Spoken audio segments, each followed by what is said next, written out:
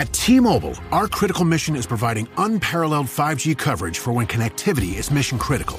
Introducing T-Priority, America's best 5G network experience for first responders, even in times of congestion. More capacity, faster speeds, better coverage. T-Priority from T-Mobile, built for tomorrow's emergencies, ready today. Discover more at t-priority.com. For qualifying organizations on eligible rate plans, coverage not available in some areas and may be impacted by emergencies. Hey everyone! Today's episode was recorded at the Scale Eastern European event, the first of its kind to be held in Bulgaria, and what a showcase it was for the industry in Sofia, Bulgaria in the last couple of days. So Damian and I talk all things conference. Separately, we've also recorded a series of interviews with the attendees, the notable SDR people, so you can go to our social channels to check those out. Enjoy today's show. Well, good morning, Damian. Good morning, Leo. Is it still morning? No, actually, I think it might be afternoon. I think we've just gone afternoon. Yes. Hi, guys. Welcome to Good Morning Hospitality Europe. You'll see we're not in our usual bunkers, speaking to each other on video call, but we're actually live from Scale Eastern Europe, which is a lot of fun. How are you finding it, buddy? It's always a bit surreal because these events, first-time events, are about a year and a half in the making. So to finally be here, having worked with Boris on this project from Flataway for a year and a half, it's kind of surreal, but it's amazing. And so we're about 280 people here, and really pleased with how it's going. There's really high energy. You just commented on this a moment ago, right? I think that when you go to a new market, and that's what you guys are great at doing, when you take on a new market and people haven't had a conference in their city before, there's real excitement. Well, not just their city, their region, right? I was just chatting to the lovely guys from Croatia, and I've chatted to some people from Serbia. So people are coming from all over this part of the world. But yeah, what amazes me is there's really smart business people all over. And what amazes me is how much they're here to soak up the education. Mm-hmm. And that's really cool. It's not just people lapping the vendor area and being like, oh my God, this is my 12th conference of the year. Yeah. It's people who are like asking really cool questions. There was a really good session on regulation. We might go into that later. And the questions were fantastic from people just being like, well, how does this affect my business? And I've got my view on regulation. Mm-hmm. And it was kind of cool to see how it's being done here. So yeah, very, very interesting. Damian and I were also lucky enough to interview the mayor of Sofia earlier, who's a tech guy. And he was telling us some interesting things about kind of how he feels about the industry. And this part of the world is definitely open to business when it comes to short-term rentals. Well, certainly is. Yeah, absolutely. But and there's a real sense of pride. I don't know if you picked up on that in the sessions, and even speaking to people, they're really proud for Scale to be coming here, first of all, but also in their own economy, in their own tourism, and especially in the case of Bulgaria, the Bulgarians are a very proud nation, and Sofia is a great city, and I think they're very right to be. It's great.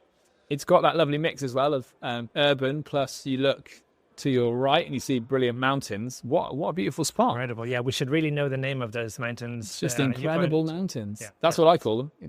Incredible mountains. Snow-capped. And we were actually very lucky because last week it was touching on -20 here. Wow. So it was incredibly cold. But I think it's about 11 or 12 degrees today. It's just very, very pleasant. So. There you go. We've warmed the SDR caravan has come to town and we've warmed the place up.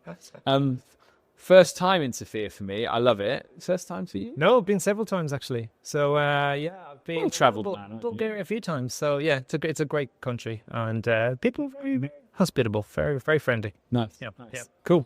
Well, look, let's talk about the news. So we started with the first session I was watching was about regulation. I said this to Simon earlier. I feel that there might just be a backlash at some point against the European cities that are being so anti-tourist at the moment if tourists stop coming. And what I felt in the room today was that the regulation that's being suggested is quite sensible. It's about making sure that tax revenues can be collected and everything can be compliant and above board. I know neither of us are experts in the regulation in Bulgaria, but was that your sense as well? Yeah, absolutely. Yeah, the Ministry of Tourism, they seem to have that common sense.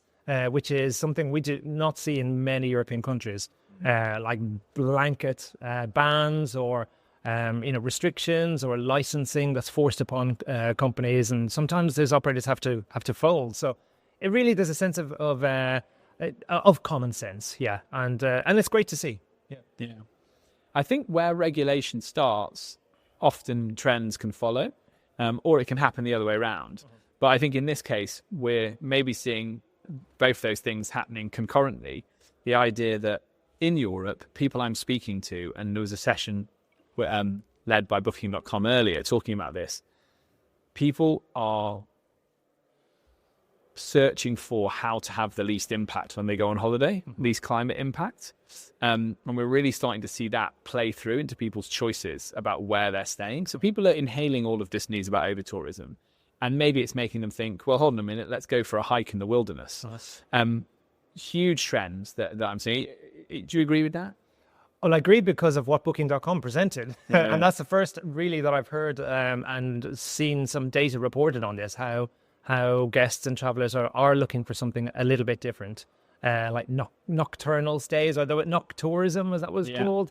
The stargazing. I stargazing. I love you and me to go stargazing together. That's another conversation. But look, I think it's it's great that we're aware of this. Look, as you know, I spend a lot of time in the south of Spain, and the Malaga and Andalusia region is very hot, very dry, and I've seen people leave the area to go live up north where it's wetter, because there's a real concern about the environmental change, and the guests are doing the same. They're going to cooler places. I mean, you'll always have a lot of, say, Brits, Irish, Scandinavians who will go to hot destinations, no matter what, like the south of Spain.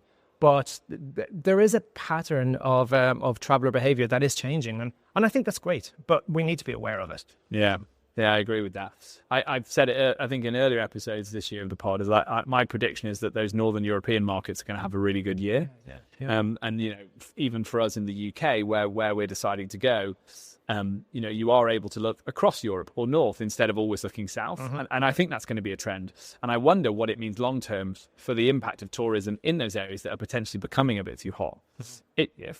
Fascinating time for sure. And it stands to reason then that an area like this, like Eastern Europe, could do really well, especially as we're coming out of what's been a tough inflationary period, but we're not fully out of it yet.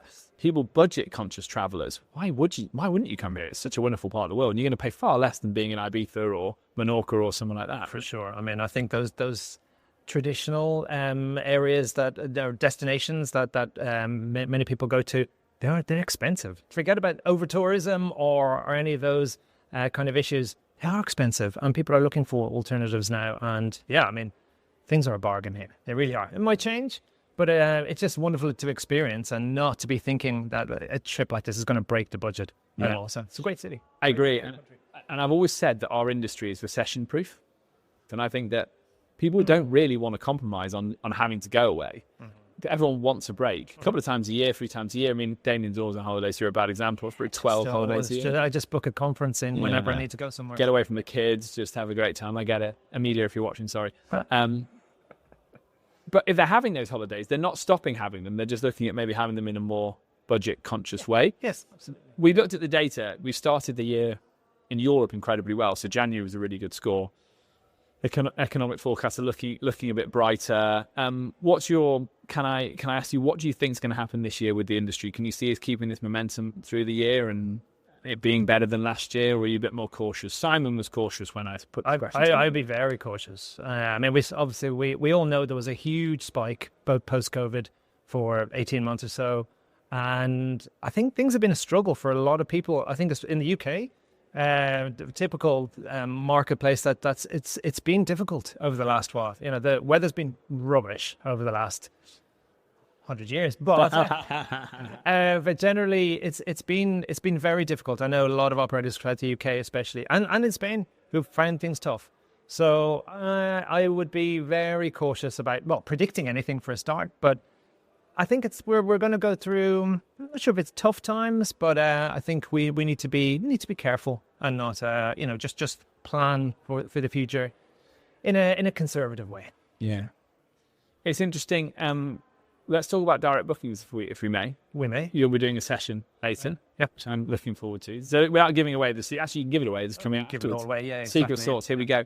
I'm seeing a shift in mentality now of property managers thinking about their businesses as hospitality brands, trying to think about their businesses as hospitality brands. So not just creating Instagram content, which is pictures of your property, but try and create the image of what your holiday could be like in this region. We could clearly be all be doing much more, right? And leveraging things like YouTube and things like that to create content.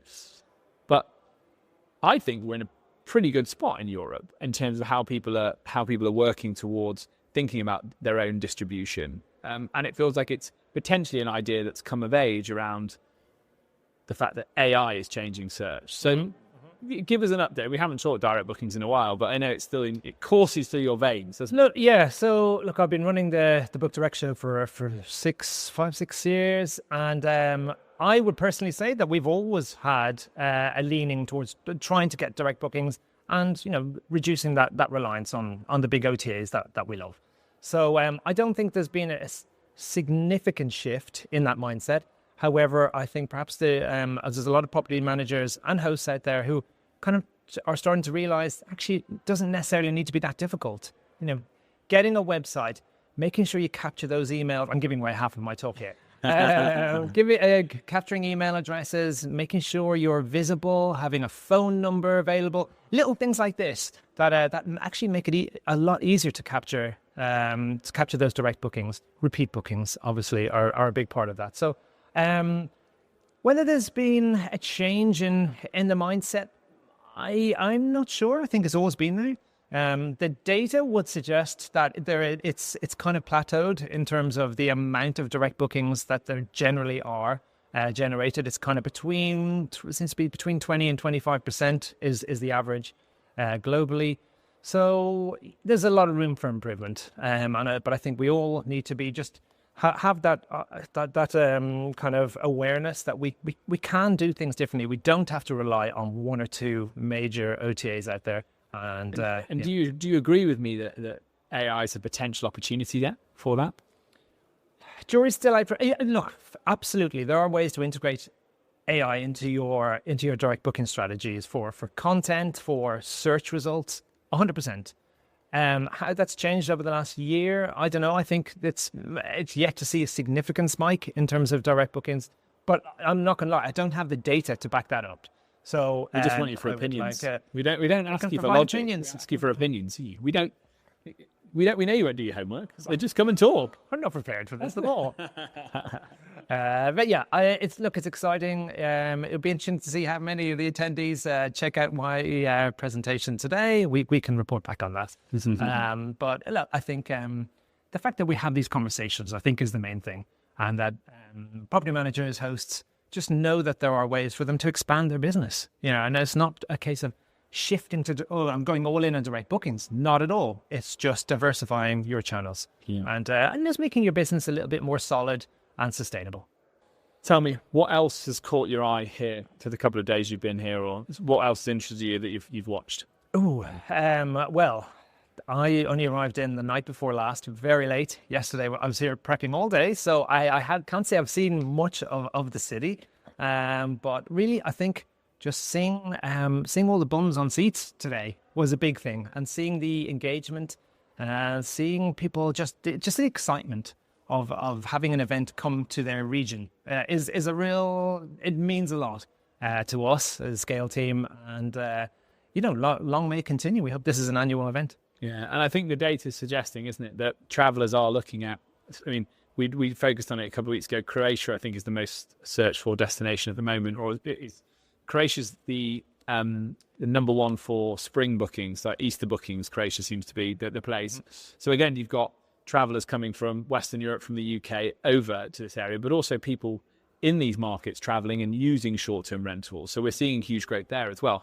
Obviously, Bulgaria has the Black Sea and the Black Sea region, and it's just great to see that the potential monopoly of hotels is coming back into being there being some parity, and it seems with good regulation that can continue to be the case. So that's why I think there's an energy in the room, because when I talk to people, I won't name names, but some guys like growing his business from 0 to 120 properties in 5 years. Right, yeah. And it's really kind of like, it's more challenging to find those opportunities in the UK. You don't really hear that story so much anymore.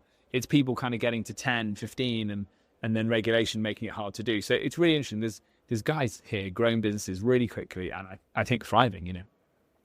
And they have the support. I mean, we heard the mayor talking today about how he's excited by the short-term rental landscape in Bulgaria and throughout the whole region. And I think to hear your own city mayor say something like that, it kind of galvanizes the whole industry locally within that country and region. So that to me is really exciting. He couldn't say enough, could he, about the short-term rental market here? Really refreshing, clearly refreshing. Obviously, we're here. It makes you have a look at what other software vendors are in the room as well. Mm-hmm. It seems to me at the moment we are in an interesting place software-wise in the space. So, like, if we can talk a little bit about that, I'd be interested to get your view.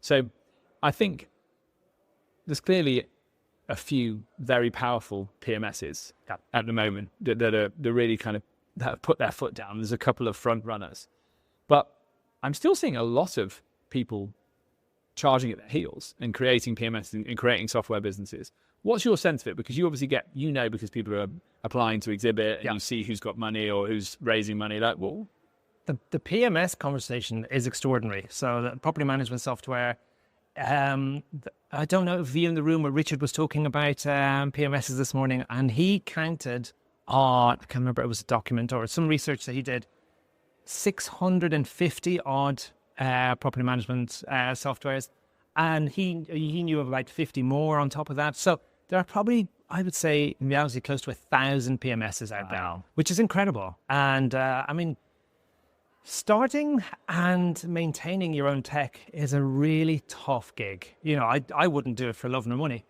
but there's some really inspirational companies and operators out there who are still, they're seeing problems with the booking system or with guest communication or something. So we do have so many options out there available to us. But look, I still say we can't be too blinded by shiny objects. I think the important thing as PMs is to choose the right software that you need, and maybe not necessarily get too distracted by everything there is out there. Because we could bring on, we talk about tech stacks, and having, say, half a dozen different technologies to try to maintain those is really difficult. So it's exciting, but at the same time, I think every property manager has to be cautious and use what's right for them. But of course, use the ones who are exhibiting at a scale. No, but I think there's an interesting debate to be had in there. I think that, so, we talk about the fact that there's a few PMSs that are really charging forward. And so from the outside looking, you go, well, you'd assume that means no one else is building software like that. But I don't think it's true. And I think also companies often end up starting to do one thing. They might do one or two features and then evolve into being a PMS because their clients are like, well, can't you just do it all for me? AI making that easier, right? Quicker to develop and shortcut that. I think what it goes back to is I'm getting to say the favourite phrase, hyperlocal. You get it in, I got it in. Sarah will be proud of me. Thanks, Sarah. It's this idea that actually it's so specific how you might manage your business based on the market that you're in. Yeah. That there will always be the opportunity for local companies to pop up and really serve that use case. Mm-hmm. And people still want to work with people they trust or maybe speak their common language and all of that stuff. But again, I find it surprising because we are in a situation where we just have so much technology out there. Mm-hmm. Some of it just doing very, very, very specific things, some of it covering a broad spectrum, and seemingly popping up all the time. Because again, let's put it down to that hyperlocal thing, because you come somewhere like this, and I'm mentioning brands to people that I'm talking to in the room, and they've never heard of them. But they'll go, oh yeah, no, I work with the PMS in Croatia, I work with this, I work with that. And so there's this ecosystem that, you could, if you just go to the conferences in America and you just go to the ones in the UK, you could convince yourself that this is the entire market, but it's not. There's a massive ecosystem outside of that, isn't there? There really is. And at our Dubai event, that was really prevalent, how there are certain PMSs that you possibly haven't heard of, but who dominate the landscape there. And other technologies maybe are limited in terms of whether they can legally operate as well. We take it for granted how, anything can be done. But in a lot of countries out there, it's just not possible. It can be illegal. So it is very different, but which is kind of exciting at the same time. Yeah, I've really enjoyed it. It's been great. It's been a great fact-finding mission. If you'll invite me back, I'll come to another one. Just you invite me back. You're in. He said it. You heard that, guys. He said it. I can I was come back. talking to someone. Damian, lovely to see you. What's your plan? Are you head down to more conferences, or are you taking a bit of time off? I'd love to take time off, but no, we've got Scale España in Madrid in 2 weeks. We have Munich, DAC event in May. We've got Saudi event in Riyadh, also the end of May. And then we've got our Cape Town event in July. So no, it's head down for the next few months. Good on you. Then I might have my little my summer sport, as you know, yes. and enjoy August and have a little bit of time with the family. So. Good on you. Well, it's been a success, hasn't it? I am just going to get back and do some family penance for the fact that I got a couple of days away. So our eldest was kind of up all last night, so I was getting the messages going, "Why have you gone away?" So, you've only been for one night, kind of bad timing. My family weren't saying anything of the sort. So, but they've been away on holidays, so they've been quite happy. They don't even notice when he goes down. All right. Thanks everyone for tuning in. If you've enjoyed the episode, please hit like, share, subscribe in all the usual social places. Damian, I'll see you again very soon. Thanks for your time. Thank Cheers. you.